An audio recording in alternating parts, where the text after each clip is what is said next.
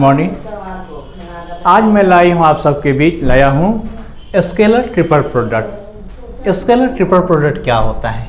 कहता है कि यदि ए बी एंड सी ये क्या है, कोई भी थ्री वेक्टर हैं, तो डॉट प्रोडक्ट जो होता है ए का किसके साथ, बी क्रॉस सी के साथ, ए का डॉट प्रोडक्ट जो होता है बी क्रॉस सी के साथ, वो कहलाता है स्केलर ट्रिपल प्रोडक्ट। किसका? ए बी सी वेक्टर का।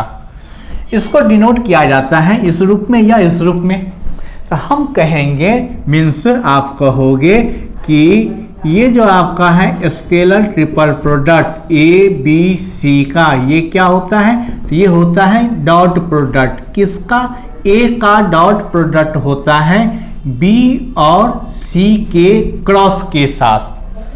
हाँ, तो ए वेक्टर का डॉट प्रोडक्ट यदि हो बी क्रॉस सी वेक्टर के साथ, तो वो कहलाता है आपका क्या? तो वो कहलाता है scalar triple product.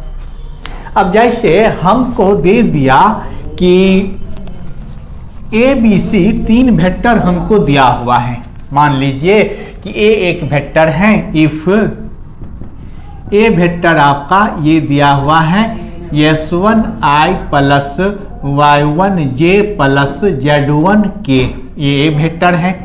B vector आपको दिया हुआ है S2I plus Y2J plus Z2K, और सी वेक्टर आपको दिया हुआ है ये S3I plus Y3J plus Z3K। ये तीन वेक्टर हमको ABC दिया हुआ है।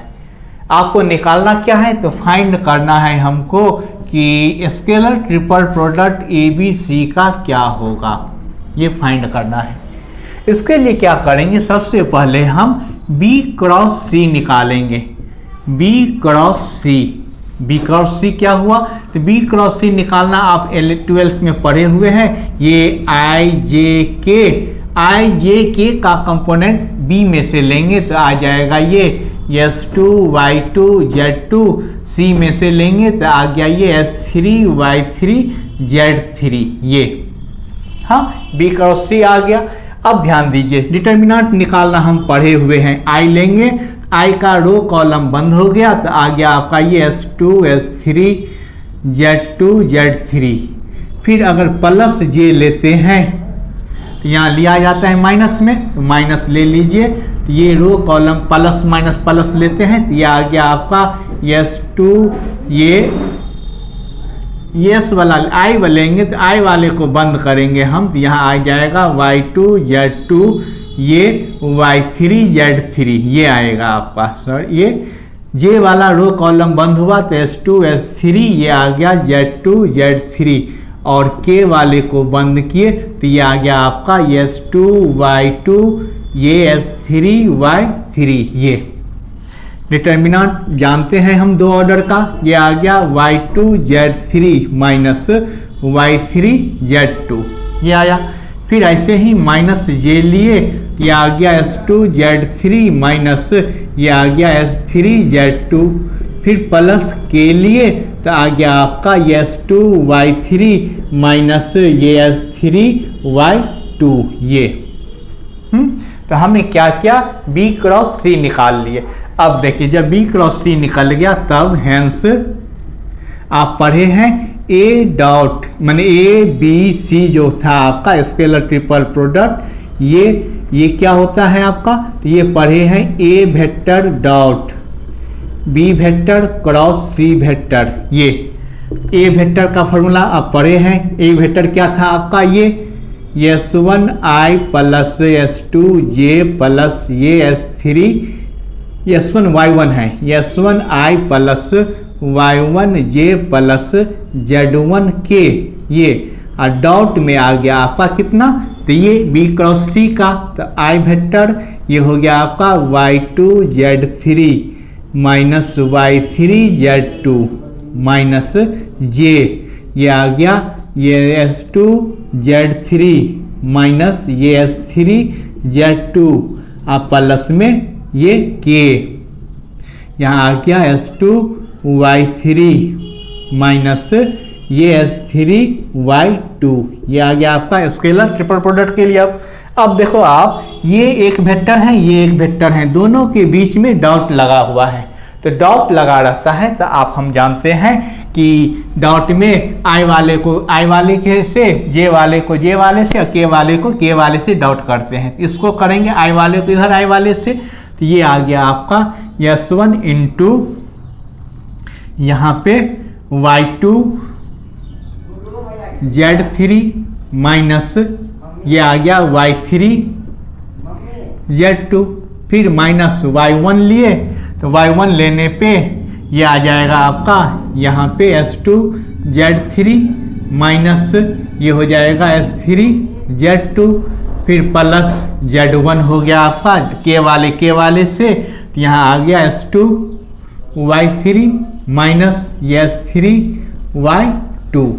क्योंकि आप पढ़े हुए हैं कि जब I वाले को I वाले से डॉट करेंगे तो I डॉट I 1 होते हैं, लेकिन जब I वाले को J में और K में करेंगे तो आप जानते हैं I डॉट J 0 होता है और I डॉट K 0 होते हैं।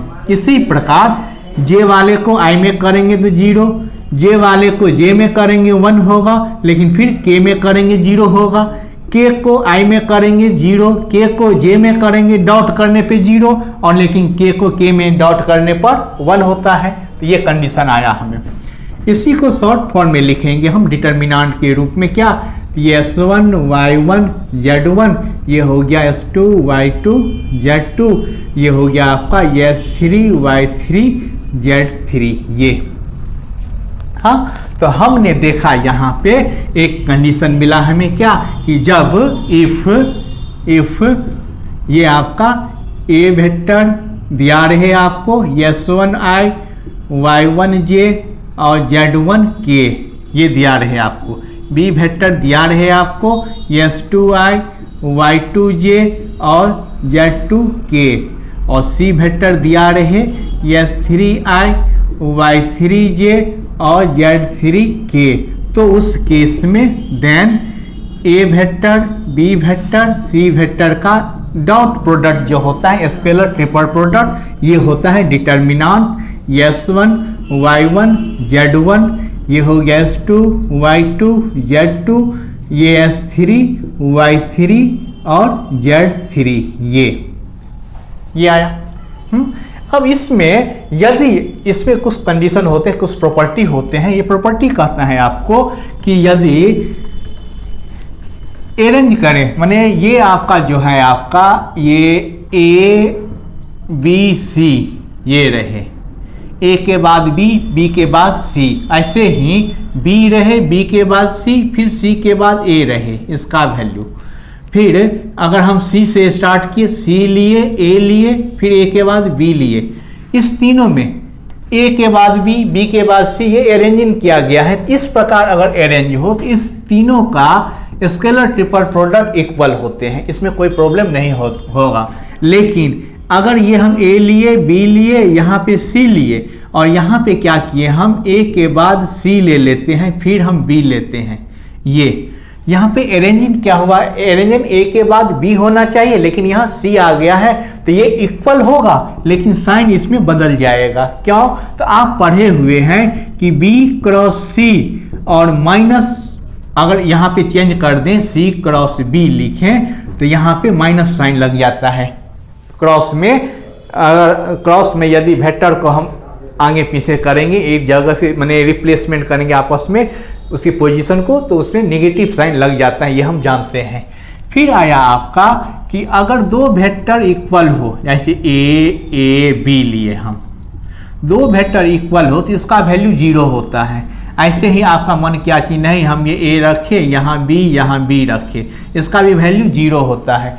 यानी स्केलर ट्रिपल प्रोडक्ट में यदि दो वेक्टर इक्वल हैं, या ऐसा कहेंगे दो वेक्टर पैरेलल हैं, तो उसका वैल्यू प्रोडक्ट क्या होता है, 0 होते हैं। क्यों, तो आप पढ़े हैं कि A क्रॉस A का वैल्यू 0 होते हैं, ऐसे ही B क्रॉस B का वैल्यू 0 होते हैं। क्रॉस में दो वेक्टर अगर सेम है तो उसका क्रॉस 0 होते हैं। फिर एक एग्जाम्पल देखते हैं हम कि कैसे स्केलर ट्रिपल प्रोडक्ट निकाला जाता है। तो यहाँ पे आपको कह रहा है कि फाइंड करिए स्केलर ट्रिपल प्रोडक्ट वेक्टर का, वेक्टर ए बी सी, जहाँ पे ए वेक्टर मालूम है, बी वेक्टर मालूम है, सी वेक्टर मालूम है। इसका स्केलर ट्रिपल प्रोडक्ट क्या होगा? सॉल्यूशन से आप देखिए, सॉल्यूशन में हमको ए वेक्टर मालूम है। ए क्या है आपका? ए वेक्टर से ए वेक्टर हमको दिया हुआ है i plus 2j plus 3k।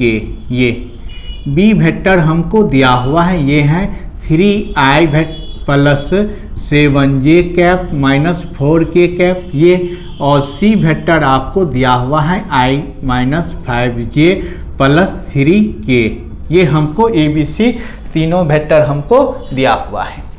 अब देखिए, हेंस आप जो फॉर्मूला पढ़े हैं स्केलर ट्रिपल प्रोडक्ट का, ये यहाँ से ये क्या पढ़े हैं? डिटर्मिनेंट S1 Y1 Z1, ये S2 Y2 Z2 और ये S3 Y3 Z3, ये हम पढ़े हैं। अब यहाँ पे कंडीशन आया कि S1 Y1 Z1 कहाँ से लेंगे? तो S1 Y1 Z1 ए का जो वेक्टर है आपका, इसके लिए इसका स्केलर पार्ट लेंगे। I में 1 लगा हुआ है, 1 लिए। J में +2 है तो +2 लिखे। K में +3 है तो +3 लिखे। फिर S2 Y2 Z2 B vector से लेंगे, सेकंड वेक्टर से। यहाँ पे 3 है, ये 7 है, इसमें -4 है। फिर ये S3 Y3 Z3 C से लेंगे। C में क्या है आपका? 1 है, -5 है और 3 है, ये डिटर्मिनेंट। अब आप देखिए, डिटर्मिनेंट निकालना हम लोग पढ़े हुए हैं, 12th में है आपका। यहाँ से इसको क्या किए हम, अब डिटर्मिनेंट लेते हैं। डिटर्मिनेंट लिए आप 1 के रिस्पेक्ट में 1 रखे, तो 1 जिस रो में है और कॉलम में है उसको हटा दिए तो बच गया आपका 7 -5 -4 3। फिर प्लस के बाद माइनस लेंगे, इसमें आप लेते हैं प्लस माइनस प्लस, माइनस लगाएंगे यहाँ पे 2 में, तो ये हो गया आपका -2। ये आ गया 2 जिस रो में है कॉलम में है हटा दिए, आ गया 3 1 -4 और 3 ये। फिर +3 लेते हैं, +3, तो ये 3 जिस रो में है और कॉलम में है उसको बंद कर दिए, तो ये आ गया आपका 3 1 7 -5 ये। अब इसको सॉल्व करिए। 1 बाबू क्रॉस मल्टीप्लाई करके डिटर्मिनेंट हम बनाते हैं। 7 3 जा 21, फिर बीच में माइनस का साइन, -5 और -4 को मल्टीप्लाई करेंगे तो 20 आ गया। फिर -2, 3 3 जा 9, -1 -4 हो गया तो माइनस माइनस प्लस हो गया। फिर आया आपका 3 -5 है तो ये -15 हो गया और माइनस ये 7 है। इसको सॉल्व किए तो 1 × 1, यहाँ पे ये माइनस ही है आपका, ये 13 हो गया। फिर +3 × -22 ये 1 आया, -13 2 जा 26, नहीं यहाँ पे आ गया -66। ये हो गया आपका कितना 1 - 2 8 9, आ गया -91। तो यानी कि आप कहेंगे कि ये जो आपका स्केलर ट्रिपल प्रोडक्ट है ABC, इसका वैल्यू कितना आया तो -91 ये। तो जब हमको 3 वेक्टर दिया रहेगा, vector A, vector B, vector C, तो हम फॉर्मूला की सहायता से उसका स्केलर ट्रिपल प्रोडक्ट निकाल लेंगे। फिर नेक्स्ट वीडियो में एक इम्पोर्टेंट थ्योरम लेकर आएंगे जो वेक्टर एनालिसिस का बहुत ही इम्पोर्टेंट थ्योरम है।